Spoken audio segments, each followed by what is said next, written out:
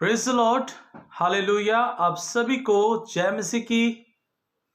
आप सभी को हैप्पी न्यू ईयर। आप सभी को नए साल की बहुत बहुत शुभकामनाएं। ये नया साल आप सबके जीवन में आशीषें और बरकतें लेकर आए। इस नए साल में प्रभु ने मुझे अपने वचन से नया प्रकाशन दिया है, जो मैं आप सभी के साथ बांटना चाहता हूं।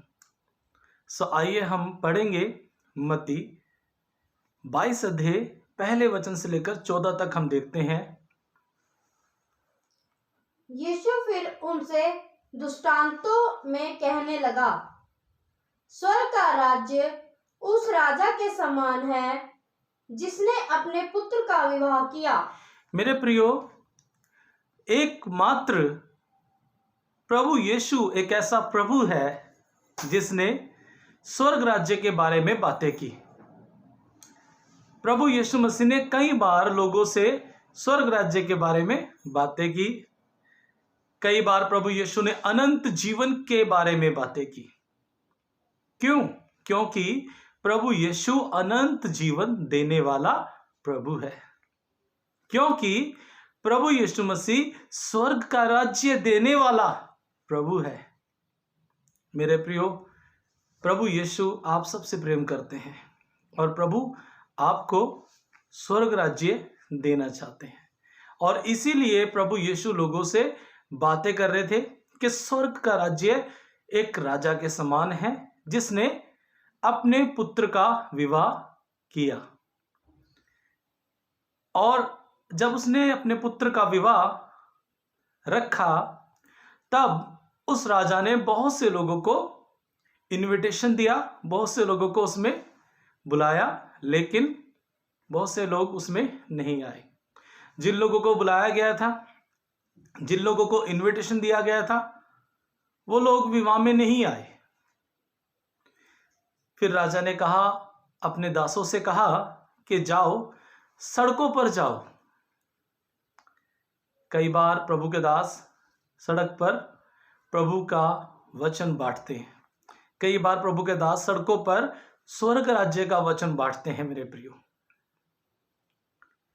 और प्रभु यीशु मसीह जो कि दुल्हा है, वो दुल्हा आने वाला है। बाइबल हमें बताती है, प्रभु के वचन में लिखा है कि यीशु मसीह दुल्हे के समान आएंगे और अपने विश्वास करने वाले लोगों को ले जाएंगे, स्वर्ग राज्य में ले जाएंगे। हम 11 से पढ़ेंगे। जब राजा अतिथियों को देखने भीतर आया तो उसने वहां एक मनुष्य को देखा। जब राजा मेहमानों को देखने के लिए अंदर आए, तब एक व्यक्ति को देखा। आगे, जो विवाह का वस्त्र नहीं पहने था। जो विवाह का वस्त्र पहने हुए नहीं था। उसने उससे पूछा, हे मेरे मित्र, तू तू विवाह का वस्त्र पहने बिना यहाँ क्यों आ गया? मेरे प्रियो, यदि हम इस वचन में गौर करें तो हम देखते हैं कि जो सड़कों पर थे, वचन में ये लिखा, क्या अच्छे क्या बुरे, सबको वहां पर बुलाया गया। उस विवाह में, उस आनंद में सबको बुलाया गया। और सड़कों पर जो लोग घूम रहे थे, वो कैसे लोग थे? हो सकता है वो गरीब हो सकता है वो मजदूर हो। तो मेरे प्रियो, उनके पास कपड़े कहां से आएंगे?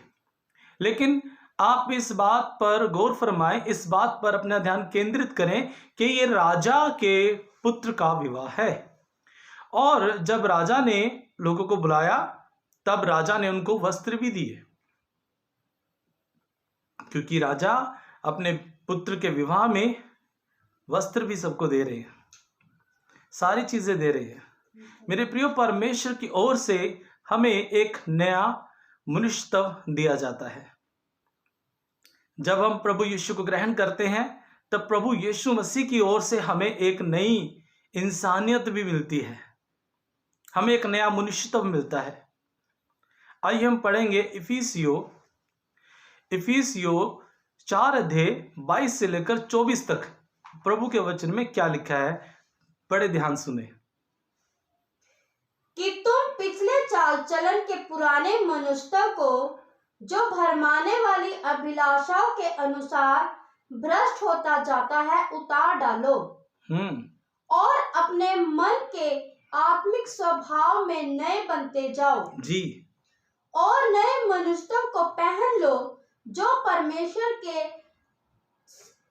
अनुरूप सत्य की धार्मिकता और पवित्रता में सृजा गया है। परमेश्वर का वचन हमें कहता है कि पुराने मनुष्य को उतार दो और नए मनुष्य को पहन लो जो परमेश्वर के अनुरूप सत्य की धार्मिकता और पवित्रता में सृजा गया है। मेरे प्रियो, जब हम किसी फंक्शन में जाते हैं, जब हम किसी शादी में जाते हैं तो हम गंदे कपड़े पहनकर वहां नहीं जाते हैं, लेकिन हम अच्छे कपड़े पहनकर जाते हैं। कई बार हम नए कपड़े पहनकर हम जाते हैं, है ना। ऐसे ही मेरे प्रियो, यदि आप स्वर्ग राज्य में जाना चाहते हैं तो जरूरी है कि आप पवित्रताई का लिबास पहन ले। जरूरी है कि आप पवित्रताई का लिबास पहने।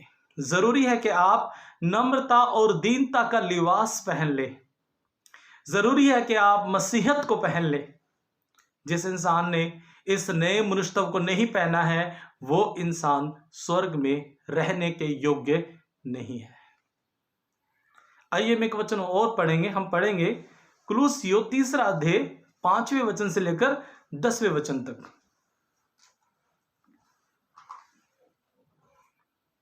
इसलिए अपने उन अंगों को मार डालो जो पृथ्वी पर है जी, अर्थात व्यभिचार। आज बहुत से पाप ऐसे हैं जो इंसान के अंग बन चुके हैं।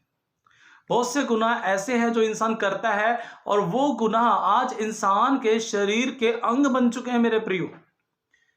और परमेश्वर का वचन हमें कह रहा है कि अपने उन अंगों को मार डालो जो पृथ्वी पर है, अर्थात व्यभिचार।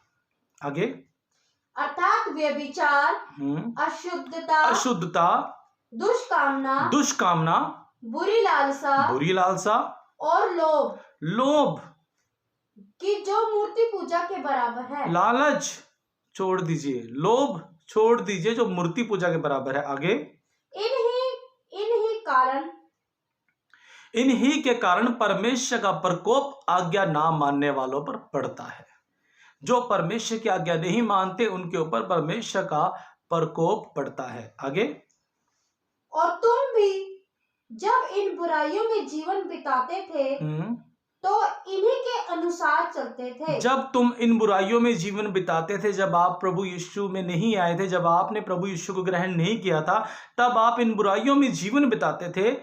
आगे, पर अब तुम भी इन सब को अर्थात क्रोध, रोष, वैर भाव, निंदा और मुंह से गालियां बकना ये सब बातें छोड़ दो।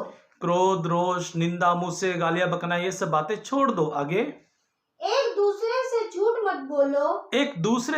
मत बोलो क्योंकि तुमने पुराने मनुष्य को उसके कामों के समेत उतार डाला है। क्योंकि तुमने पुराने मनुष्य को उसके कामों के समेत उतार डाला है। आगे, और नए मनुष्यों को पहन लिया है जो अपने सृजनहार के स्वरूप के अनुसार ज्ञान प्राप्त करने के लिए नया बनता जाता है। जो अपने सृजनहार के स्वरूप के अनुसार ज्ञान प्राप्त करने के लिए नया बनता जाता है। आपने नए मनुष्य को पहन लिया है मेरे प्रियो। मेरे प्रियो, यदि आपने इस नए मनुष्य को नहीं पहना है तो आप उस भोज में शामिल नहीं हो पाएंगे। यीशु मसीह ने कहा कि देख मैं द्वार पर खड़ा खटखटाता हूं। प्रकाशित वाक्य 3:20 में लिखा है, देख मैं द्वार पर खड़ा खटखटाता हूं, यदि कोई मेरा शब्द सुनकर द्वार खोलेगा तो मैं उसके साथ भोजन करूंगा और वो मेरे साथ। हालेलुया। आप उस भोज में शामिल होंगे जिस भोज में यीशु मसीह आपके साथ होगा, दुल्हा आपके साथ होगा। यदि आज आपने अपने आप को पाक साफ नहीं किया, यदि आज आपने अपने घमंड को नहीं छोड़ा, यदि आज आपने नम्रता और दीनता को धारण नहीं किया, एक वचन और पढ़ेंगे हम, पहला पतरस 3 अध्याय उसका 4 वचन पढ़ेंगे। पहला पतरस 3:4, उसमें क्या लिखा है? वरन तुम्हारा छिपा हुआ और गुप्त मनुष्य तब नम्रता और मन की दीनता से, दीनता की अविनाशी सजावट से, अविनाशी सजावट है ये, नम्रता और दीनता की अविनाशी सजावट से सुसज्जित रहे, क्योंकि परमेश्वर की दृष्टि में इसका मूल्य बड़ा है। मेरे प्रियो, नम्रता और दीनता का मूल्य बड़ा है परमेश्वर की दृष्टि में, और हमें नम्रता और दीनता से अपने आप को सजाना है। हालेलुया। आप अपने आप को नम्रता और दीनता से सजाएं, नम्रता और दीनता को अपना गहना बनाएं। प्रभु यीशु मसीह ने कहा, जो कोई अपने आप को छोटा बनाएगा वही स्वर्ग में बड़ा किया जाएगा। प्रभु यीशु ने कहा, जो कोई अपने आप को बड़ा बनाएगा वो छोटा किया जाएगा। मेरे प्रियो, इस नए साल में मैं आपसे कहना चाहता हूं कि उस नए मनुष्य को पहन लें। कहीं ऐसा ना हो कि राजा ये आज्ञा दे कि इसे बांधो और बाहर अंधेरे में फेंक दो, जहां रोना और दांत पीसना होगा।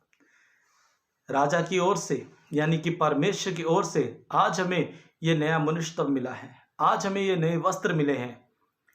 मसीहत को पहन ले, नम्रता और दीनता का गहना पहन ले, अपने आप को प्रभु के सामने दीन करे।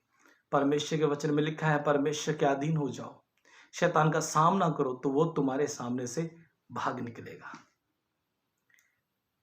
परमेश्वर इन वचनों के द्वारा आप सबको आशीष दे। ये नया साल आप सबके जीवन में नई आशीषें, नई खुशियां लेकर आए। मसीह में आप सभी का भाई पास्टर राजेश मुखवाना आप सभी को जय मसीह की happy new year. God bless you all.